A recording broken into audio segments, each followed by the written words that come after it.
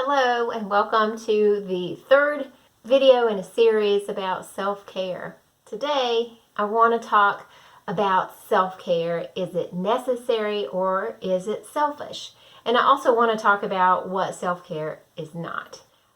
I have found this topic to be quite polarizing, actually.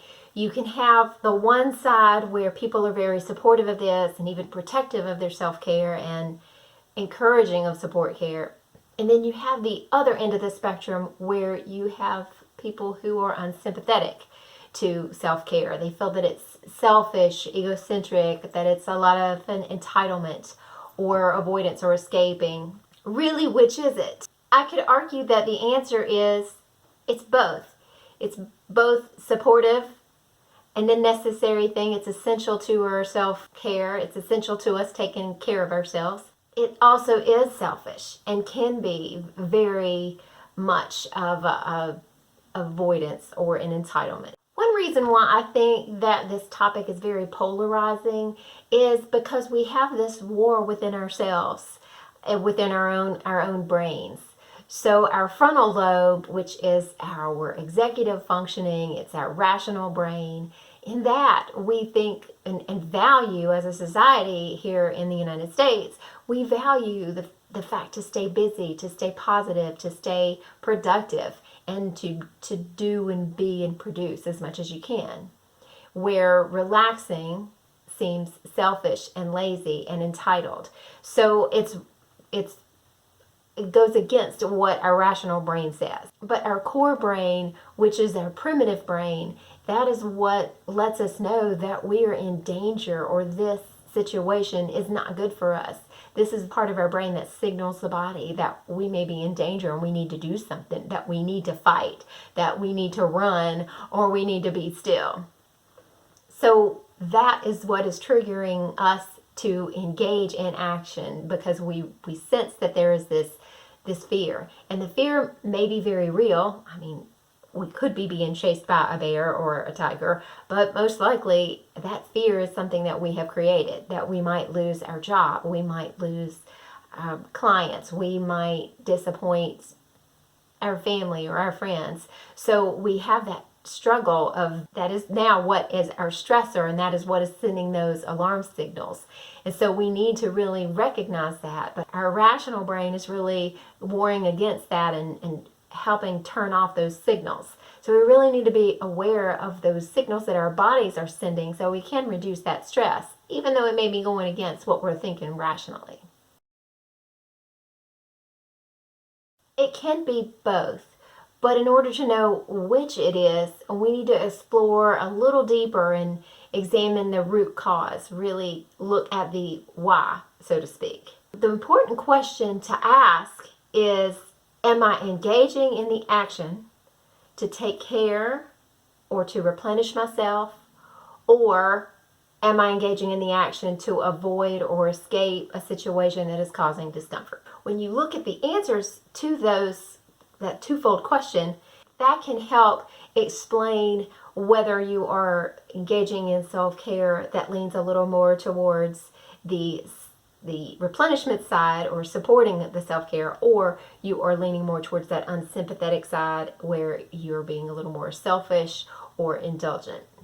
Taking care of yourself are actions that support self-compassion, that promote reduction of stress, and it replenishes the positivity in your life.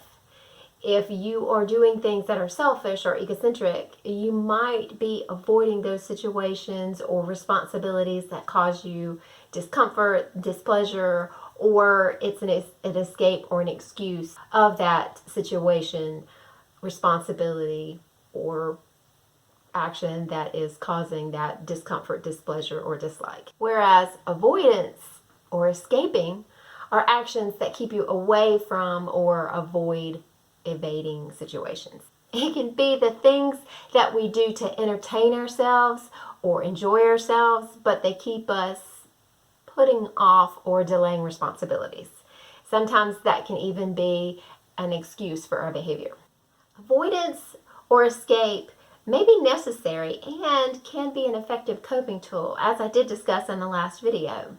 But be cautious when engaging in some of these activities because they can reinforce that freeze or flight. It can simply become an excuse for being selfish or that avoidance behavior. Avoidance or escape looks like walking away from a situation or ignoring a situation, eating or drinking, and that's probably the things that we are doing that aren't good for us or in excess. It could look like the forms of shopping or overspending, gambling, gaming, just checking out in general. So you want to examine if the behavior that you're doing causes increased negativity or stress in your life or a neglect of your responsibilities. Yes, sometimes taking a walk or a run, calling a babysitter, or spending a few minutes alone for coffee or a pastry is good self-care. Just be aware if these are escape patterns or things that you do that are self-destructive. The entitlement. A lot of people say that self-care is a form of entitlement, like I deserve it. Everyone deserves and needs to take care of themselves. Again, you don't want to do this at the expense of or neglecting or avoiding responsibilities or shifting into that justification for selfish behaviors or activities. Self-care is necessary. It helps us to decrease our stress levels. It helps us to become aware of our emotions and the signs and signals that our bodies are giving off when we are overworked, overstressed, or overcommitted. It can help bring that stability. It can help be recuperative to us. And it is a way that we can really help to replenish ourselves in our daily stressful lives. Self-care really helps us to cope with the stress in ways that are nurturing and are not self-destructive.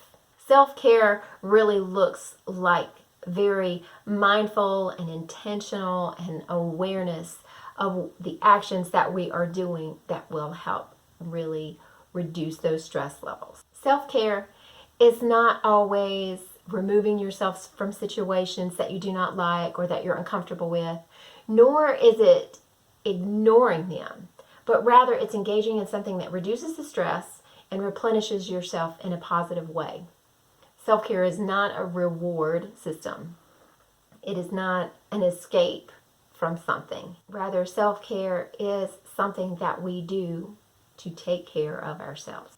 When we take care of ourselves, we are better equipped to react in a more calm, rational, and kind way to ourselves as well as to others in our life. If you haven't seen the first two videos where I introduce our topic and talk a little bit about stress, take a look at those videos. I'll have them linked in the description box or in the cards listed above.